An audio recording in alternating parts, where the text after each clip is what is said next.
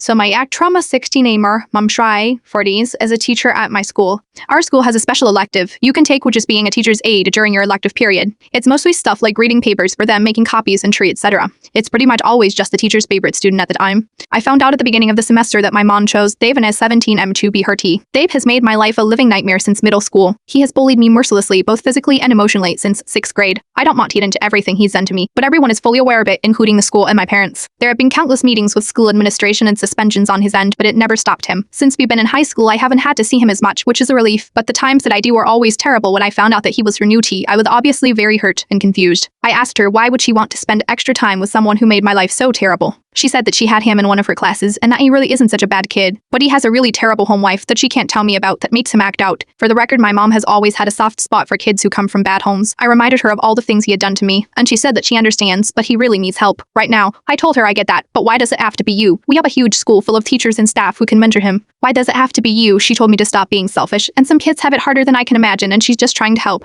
I was honest with her and told her that if she continued to have him as her aide, she was dead to me. She was choosing him over me, and she would not longer be my mother. I would no longer talk to her, and the minute I turned 18, I was moving out, and she would never hear from me again. She rolled her eyes and said I was being dramatic, but after a couple of days of ignoring her, it was grounded. It didn't change my mind, and my dad then tried to force me to talk to her. I still refused, so they pretty much took everything away from me one by one for the past few weeks. I no longer have my car, computer, guitar, and most recently my art supplies, and I have to come home from school and go straight to my room, and I'm not allowed out except dinner until I start talking to her again. They don't realize that this is just strengthening my resolve. I'm going to sit in this empty room every day silently until I am 18, and they'll never see me again. My mom keeps coming and crying and begging me to talk to her, which makes me feel kind of bad, but she still won't remove Dave as her aide. Am I taking this too far? I just feel so betrayed and lom. Number X200B. Update. I'm sorry I stopped answering everyone's questions. I just kind of wussed out when this blew up out of nowhere. And I almost deleted it a few times because I was scared someone at school would see it and recognize me. Everyone letting me know that it's not my fault helped a lot though, so I felt less embarrassed about someone I know potentially seeing it. Nothing has really changed, but a lot of you made a good point that if I am really going to go this route, then I need to come up with a plan for what I am going to do when I get out. I considered the military like some people suggested, but then I remember my school has a special trade program. You go to our school for half a day, then spend the other half at our local community college taking trade classes. I think depending on what you are doing, you can get an associate's degree or whatever certifications you need by the time you graduate.